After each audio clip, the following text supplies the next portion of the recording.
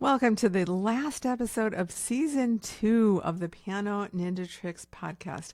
Hi, I'm Lisa Spector, your piano ninja and your host, here to make everything easier for you at the piano so you feel like a piano ninja. This episode is going to be a little different.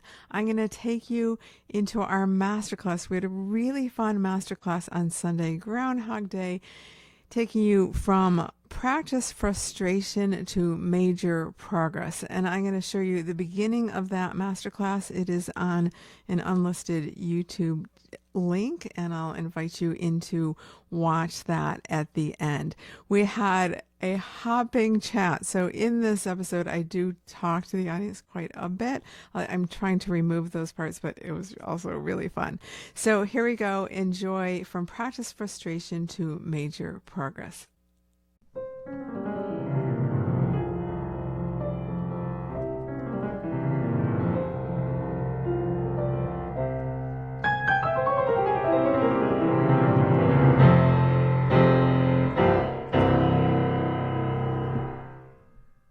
That is the goal, to play with confidence and ease. But if you are struggling with practicing the same thing over and over and getting slow results, you are in the right place. Hi, I'm Lisa Spector, your piano ninja, here to make everything easier for you at the piano so that you can be making quick progress and you can feel like a piano ninja.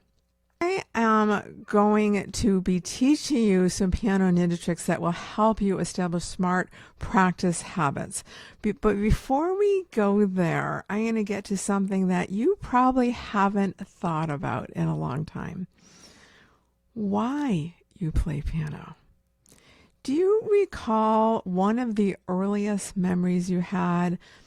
I'm going to assume for a second, not everyone here has, but let's say you started piano as a child. Can you recall the earliest memory you had of hearing the piano or something that inspired you to play piano? There's something that you heard, whether it was a chamber music concert, a symphony, a piano recital, your sister played piano, whatever it was. There is something that inspired you. So take a moment and think about what that was. What is your why? If you started piano later, David, I know you had a music background, but started piano late. What is it that brought you to the piano in your 40s? So whatever it was. Sue, nice to see you.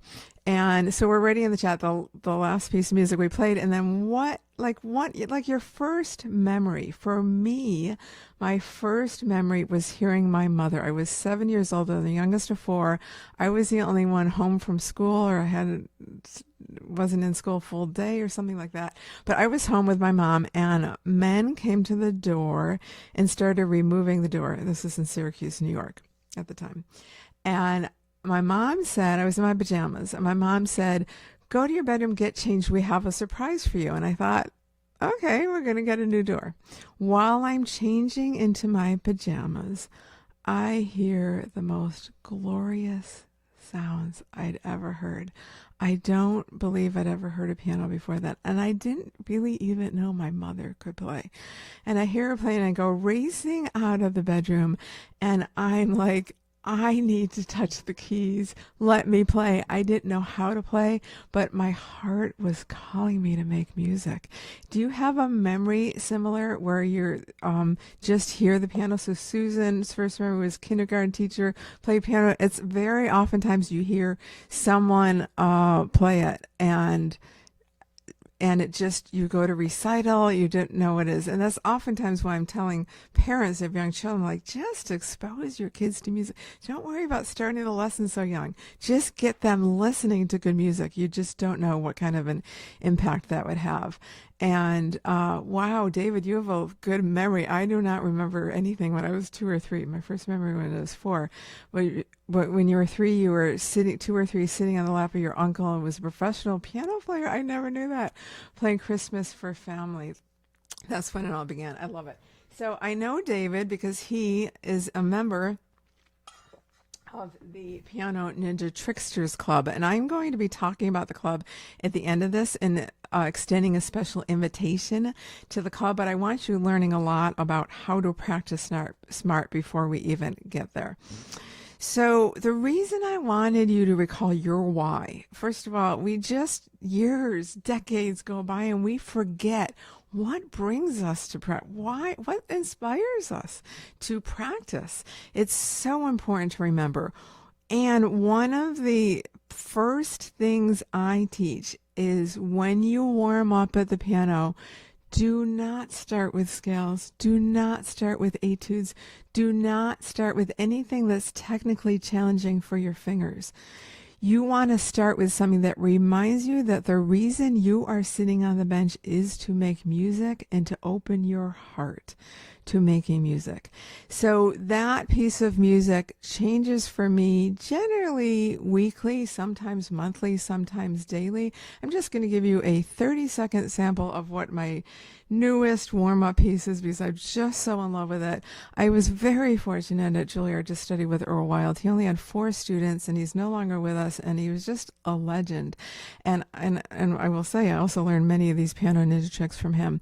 But I did not know until a member, or what we call our music historian, Tom, in the Piano Ninja Tricksters Club, introduced me to his arrangement of this Marcello oboe adagio. It's so beautiful. I'm just going to do a little bit and then we're going to go into the piano ninja tricks, and feel free to, while you're listening, to write in your early childhood memory. And if you can think of a piece that opens up your heart that you don't need a finger warm up, write that in the chat too.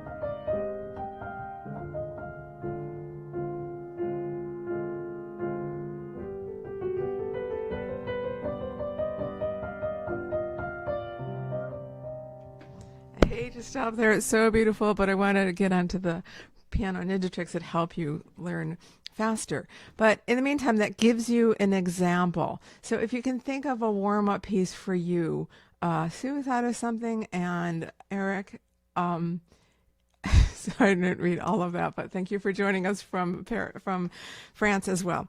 And now we're going to get into just some of my core piano ninja tricks. If you are an advanced pianist, you have never heard this terminology because I made it up.